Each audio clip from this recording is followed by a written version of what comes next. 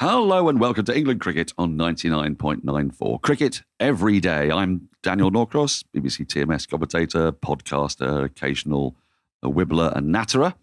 And with me, I'm joined by a scribbler supreme, the puff pastry hangman himself, the chief cricket writer for the Press Association, none other than Rory Dollard. And today, we are going to be looking back at a series defeat. Yes, it's another ODI white ball calamity. Or is it really? Or is it? But there's a lot to chew over. A lot of very fine performances, two very close games, very intriguing games between two sides which had, very different needs going into that series, let's put it that way. England Cricket on 99.94 is your new home for England cricket content. We'll be dropping into your podcast feed and on YouTube or the 99.94 app several times every week. So please rate, review, and subscribe. Thank you for joining Cricket's Conversation.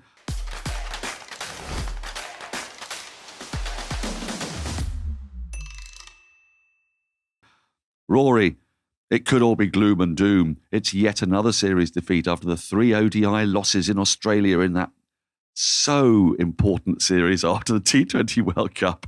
England have again gone in with a bit of a patchwork side. I say patchwork, but one in which they're obviously shuffling their bowlers. They're missing Joe Root, their lead anchor. They are finally without Ben Stokes, who's apparently retired from 50-over cricket. They've introduced some new faces. Ben Duckett's been having a go. Harry Brook as well. And Jason Roy is back with a bang. But somehow they contrived to lose both those matches. Before we get into the individual performances, just a little bit about the second game first and how important the toss was, because it was definitely the case, was it not, that the first 10 overs of England's innings on a bit of a spicy pitch, it was a morning game, it wasn't an afternoon, evening game, day-night match, really made a huge difference, because they'd probably look back on that game and say they've done as well as they could possibly have done on that pitch under those circumstances, wouldn't they? Yeah, wouldn't entirely disagree with that, no. They got themselves into what I think a lot of people thought was a winning position at halfway there. And actually it was, if they were in the mindset of taking the positives, as all good sports people must do, they would look at that and say, we got a tricky hand there and we made it up to 340. It's a pretty decent effort. There is positives to be taken from that. I think primarily this last couple of games, more so than extending England's losing streak to 5 matches and sort of continuing Jos Buttler's slightly sticky record as a 50-over captain so far, I think it's a story of South Africa overperforming on most people's expectations. This isn't Anglo-centric. I think South African fans probably will be surprised at just how unified and committed and bloody-minded they've been, really, to keep the eye on the prize and win these 2 matches. Their motivation is pretty obvious. They need to get into the first 8 in the World Cup. So they've got a pretty clear and obvious goal, but they've performed as a team and they have got match winners. We sort of reflected on that before the series. But they've hunted as a pack, really. Certainly in that chase, they did brilliantly. And they've had times in both games where they could have folded over and let England walk away with it, and they haven't. They've been really, really competitive. And honestly, show me a cricket fan who doesn't want a competitive South Africa. You know, this is good. Well, this is largely good news that this has happened. I couldn't agree more. And you look at that side and you wonder how they find themselves in the bother that they are. But they probably haven't had that side out that often. And with Marco Jansen now finally being appreciated for what he is, which is one of the most exciting all-round prospects in world cricket, I would say, that's only going to make them stronger. But let's start with the first game, because I think where England may feel they did pretty much as well as they could have done in the second game, a pitch that flattened out after being really quite spicy and juicy for the first 10, 15 overs when they were put into bat. The first game, I think they'll be a bit livid, won't they? I mean, that was a bit of rustiness, definitely. We'll obviously talk about Jason Roy and take that positive, but once you've got 150 odd for none, You're halfway to the target in fewer than half of the overs, 10 wickets in hand. There was something a little bit, rusty, but also that fault that England can have in 50-over cricket, which is over-intent. And you can understand over-intent when you're setting, but when you've got a target, it just felt a little bit naive, I think. And I don't know whether how much of that is just not quite being ready and up for it. They might have been a lot more clinical. Certainly if Joe Root was there to anchor the innings at 3 or 4, which I thought in both innings, his absence was really felt, actually, because they do need somebody there who plays 50-over cricket. And Joe Root is arguably England's best 50-over batter, top-order batter that there's ever been. Yeah, Root adds to English cricket batting lineups. That's an uncontroversial conclusion. He would be a big help.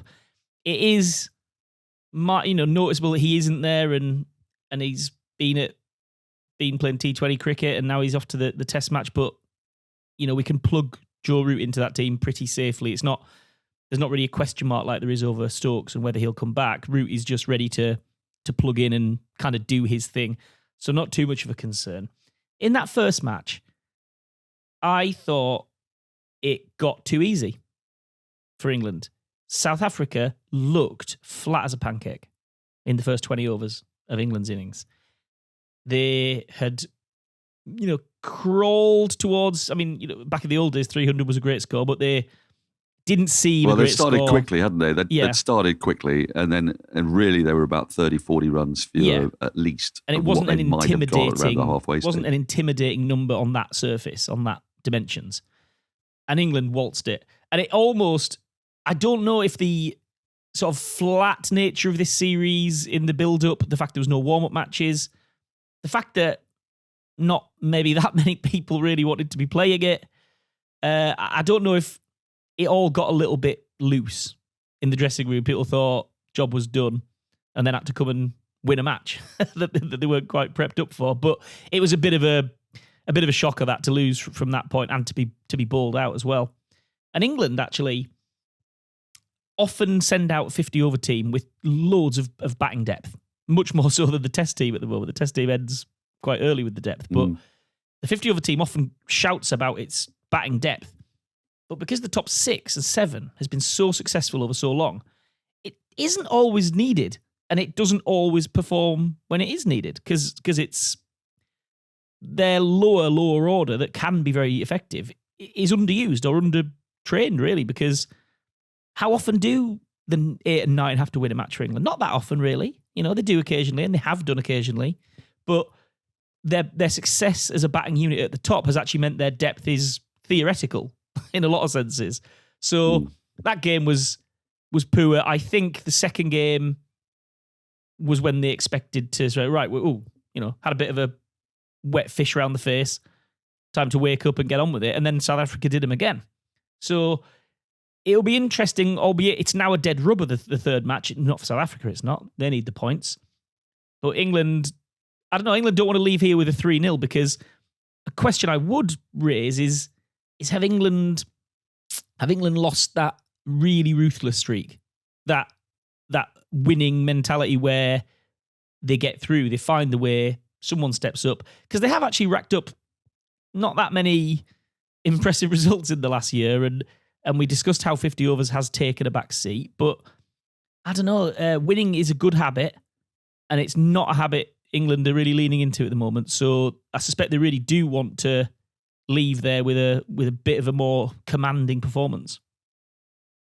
Well, we've had a look at the broad sweep of both those matches and their performances. It's been a mixed bag, really. Not all dreadful, not all great. Rusty, I think, is possibly the most juste. But we're going to take a short break, and after that, we're going to get into the weeds. We're going to look at who shone and who has not. You're listening to Cricket's Conversation on 99.94. Whatever your team, we have the show for you on podcast, YouTube, or on the 99.94 app.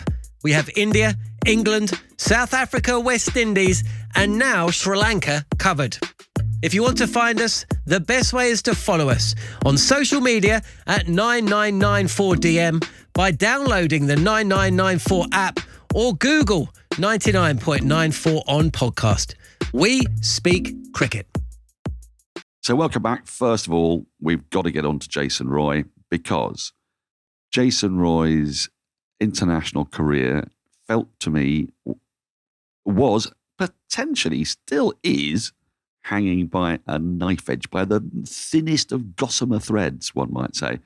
And then he produced that 100. Now, I watched all of it, and I have to say that it was by far from the most impressive 100 he's ever scored.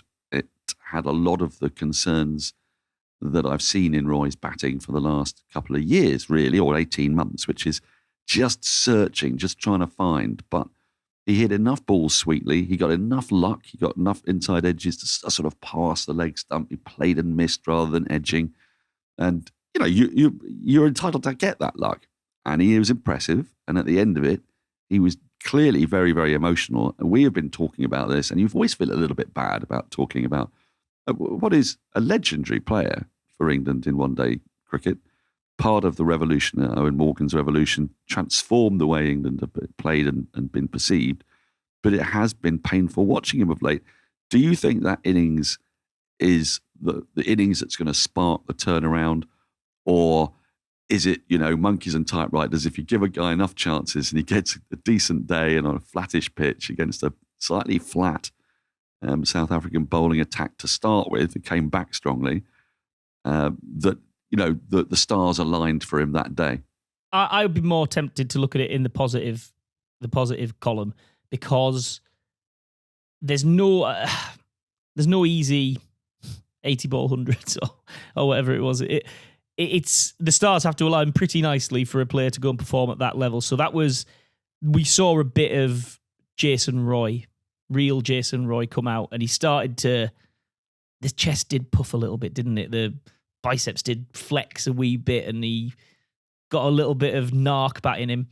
And actually, I was as enthusiastic about the media appearances that he made, and this isn't just because I'm in the media, but I thought as much as the way he played cricket, I thought the way he spoke was an exceptionally good sign about where he's at.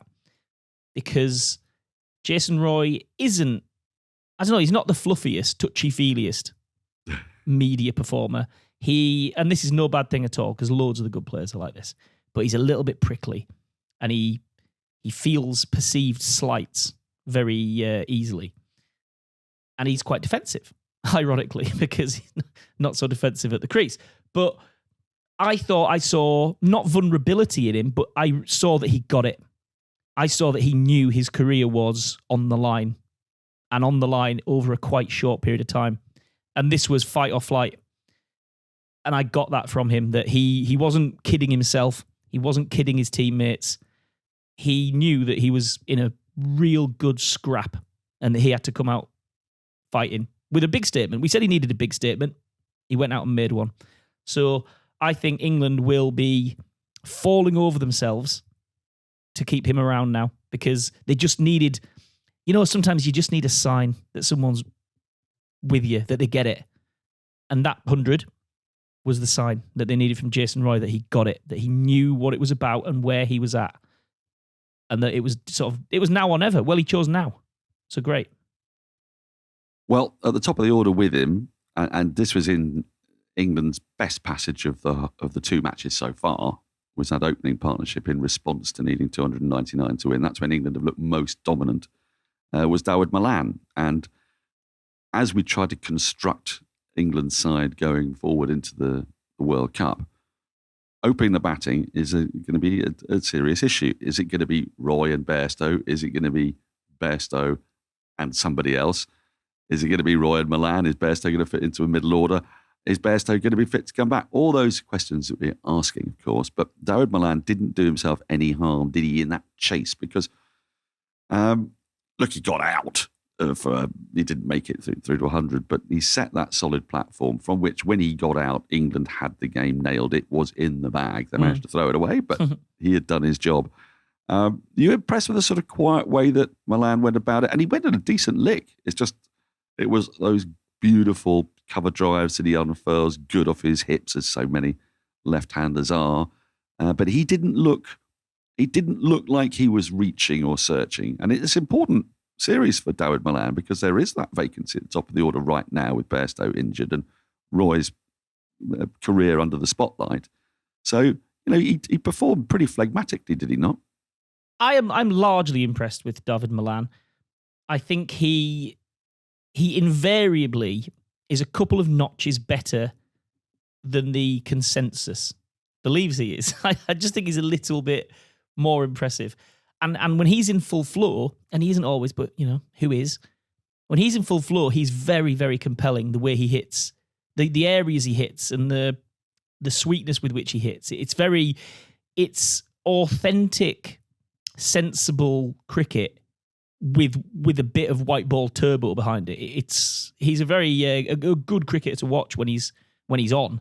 My concern with Malan looking at the World Cup is that South Africa, that's probably his best place. That's where he wants to. That's where the pitches suit him. It's his home stomping ground, really. And I think England would look at that and expect him to perform really, really well in South Africa. Does Dawid Malan, does he slot in quite the same in India at the top of the order? That looks a bit different, actually. And you look at someone like Malan and the way he goes about it, and you think, if they shuffle their same pack, does Duckett, who hasn't had a great start in this series, but does he look more suitable for those conditions with how teams might sort of parcel out their options? So Malan, always reliable, has had actually, I have said it before, but he's had a really low-key, reliable, consistent, impressive England career. He turns up and does the job.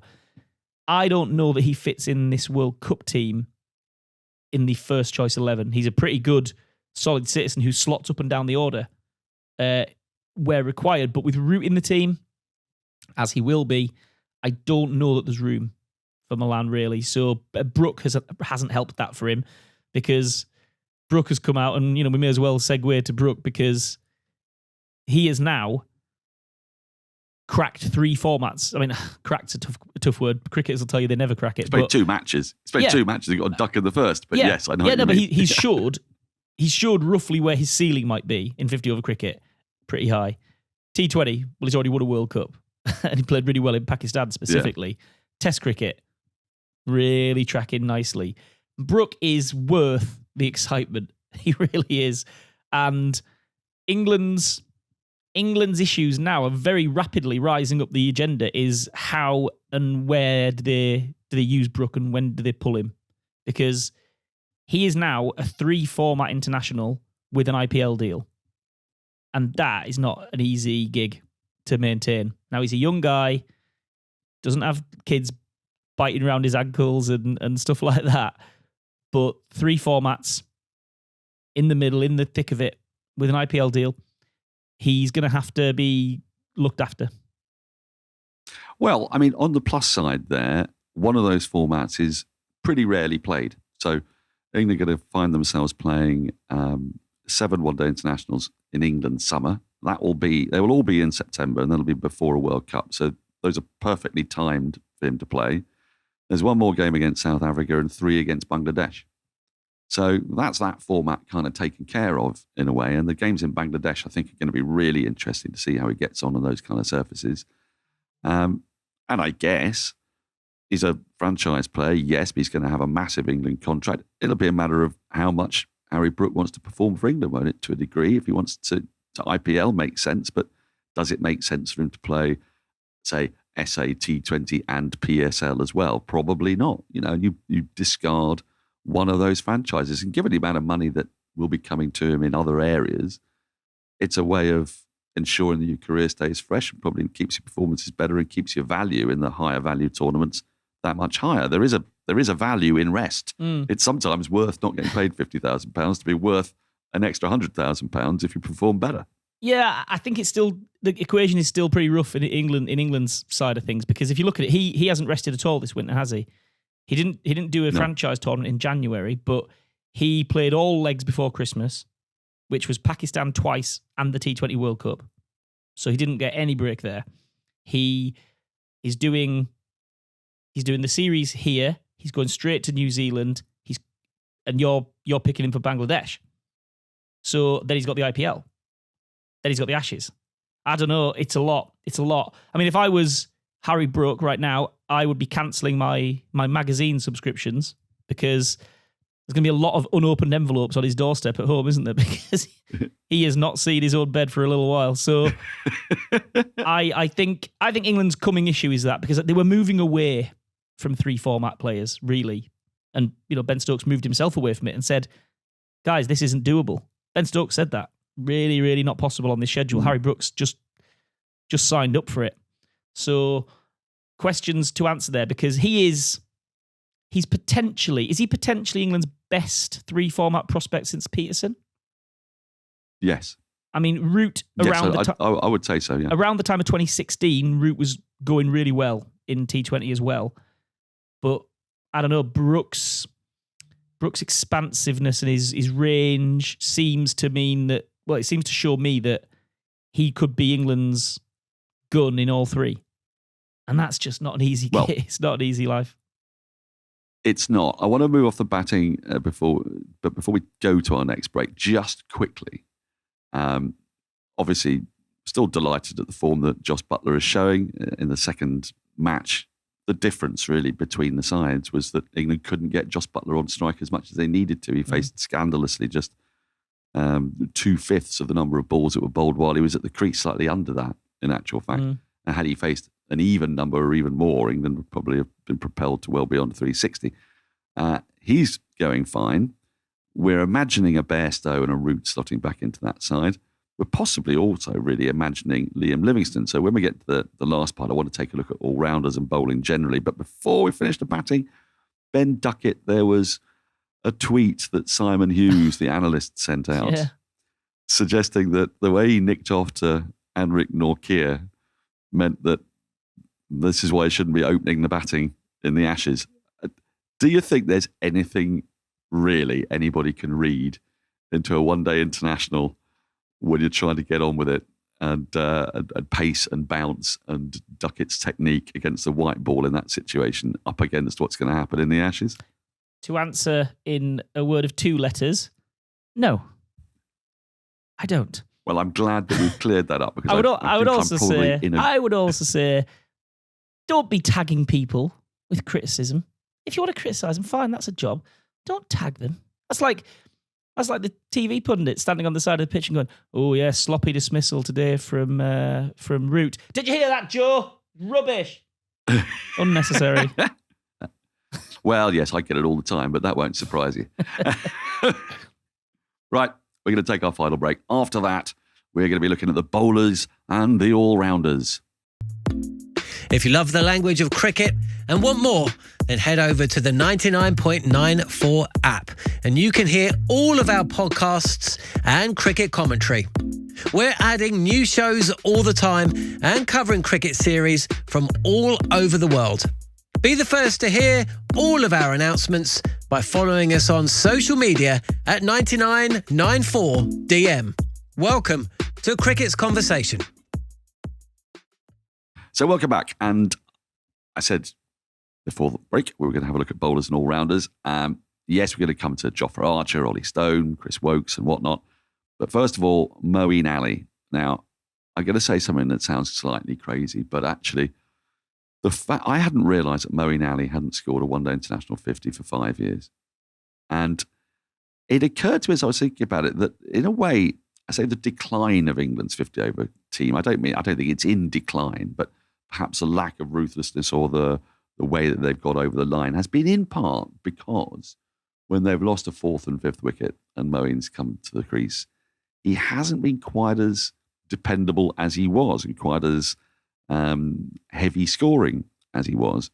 And there's a little bit of an uncertainty about how and when to use his bowling. Is he really in a straight fight, do you think, for the World Cup with Liam Livingstone, given that Joe Root's going to play? So that is an extra slow bowling option and quite an effective one, I would imagine, sometimes on Indian pitches. So is that what we're looking at? Is it Livingstone v Moeen? Quite possibly, yeah. I think Moyne's batting does appear to be now T20 batting. Wherever he's playing and however long he's playing, I do think he's kind of got that gear, and that's where he's settled into. I don't see a huge difference. He'll look for boundary options, and when England are going really well, that's fantastic. If he faces 20 balls at the end of the innings, brilliant, And actually, he had a bit of a longer time to bat this week, and he did okay. But it is a while since he's done that. I think him and Livingston could be pushed because, again, Brook's arrival on the scene makes things a bit more congested in the middle. It's not as though England have tons and tons of spaces to fight for. So at the moment, we'd have got a good read on that if Livingston was fit right now, because they might have had to make that decision already. I don't think it's a given that Moyne would lose that head-to-head, because Livingston, similar. He's not digging in, really. He's going to give you T20 batting and a sort of pick and mix overs as well. So it could be a question of form at the time between those two. But Moyne, it would be a surprise if he was in his peak years, wouldn't it? He's done so much for so long, so many strands, but we're at the back end of his career. I think we will look back and say that Adil Rashid, his best period of his career was 15 to 19. I don't think we'll think this 4-year period was better than that. I think Chris Woakes will probably conclude that the peak years of his career were 15 to 19 in white ball cricket. I felt he'd lost a bit of snap, actually. I mean, and it's totally understandable because he's not played a great deal of cricket and he's having to play, bowled 10 overs.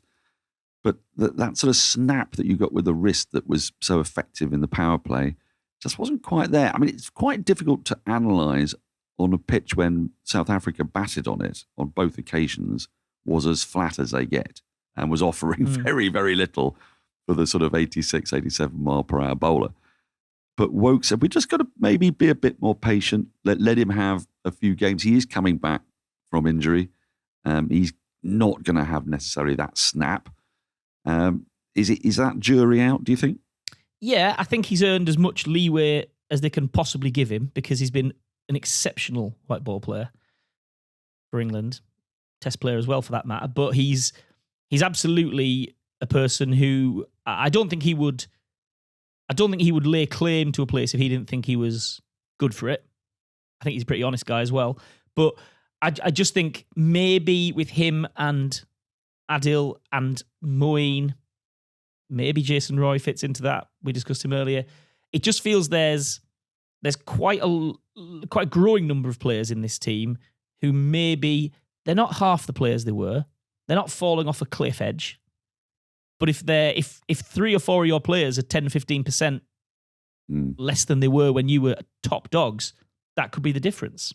That could be. And there's also one other person that I want to throw into the mix, because England do have these 3 games in Bangladesh, and you've alluded to the fact they might want to have a look at, arresting some guys who have been all over the place.